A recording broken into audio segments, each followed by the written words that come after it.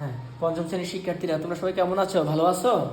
একটু দেখো, এখানে আমরা আমাদের প্রাথমিক গণিত বইয়ের 44 পৃষ্ঠায় পাঁচের না তো চারের এখন আমি 8, 7 এবং 8 দুইটা সমস্যা বোর্ডে লিখছি। এটা একটু দেখো কিভাবে করি। এগুলো সবগুলো সম, ঠিক না? তাহলে তো আমরা এই কাজগুলো একদম এভাবে করে ফেলতে পারি। সম লসাগু 13, 7 বিয়োগ 6 যোগ 5, ঠিক না? আচ্ছা, 13।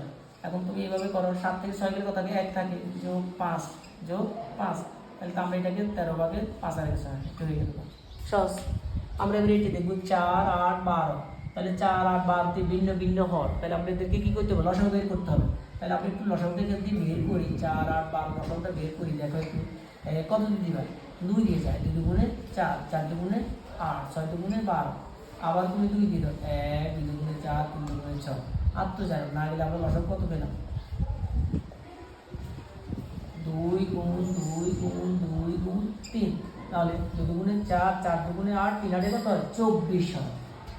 তাহলে লসাগু আমরা কত পেলাম? 24। তাহলে আমরা এটাকে এইভাবে করতে পারি, হ্যাঁ, যোগ যোগ, এখানে একটা চিহ্ন ভগ্নাংশ দিলাম, আবার বিয়োগ, আবার আমরা এটা লিখবো। তাহলে আমরা 24, তিনটা ভগ্নাংশের নিচে সমহর করে দিলাম 24, ঠিক আছে। এবার আমরা 4 দিয়ে 24কে ভাগ করব। ভাগ করো, 4 6 24, 6 3 6 18 যোগ। এবার 8 দিয়ে তুমি 24কে ভাগ করো, 3 8 24, 3 3 তুমি 7 কে গুণ করো, 3 7 21।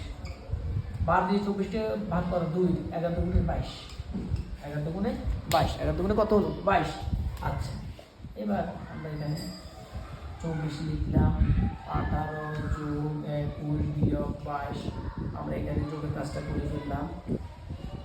1 18 একে 9, 2 এর একে 3, আর আমরা এই লিখলাম কত? 22, ঠিক আছে। এবার আমরা 24 বিয়োগের কাজটা করে ফেলাম। 9 থেকে 2 গেলে 7, 3 থেকে 2 গেলে 1, 24 ভাগের 17। এখন লব ছোট ভাগ আর যায় না, ঠিক আছে। আর কি ভাগ যায়? 24 ভাগের কত হলো? 17 হলো, ঠিক আছে। এগুলি আমরা এইভাবে করবো।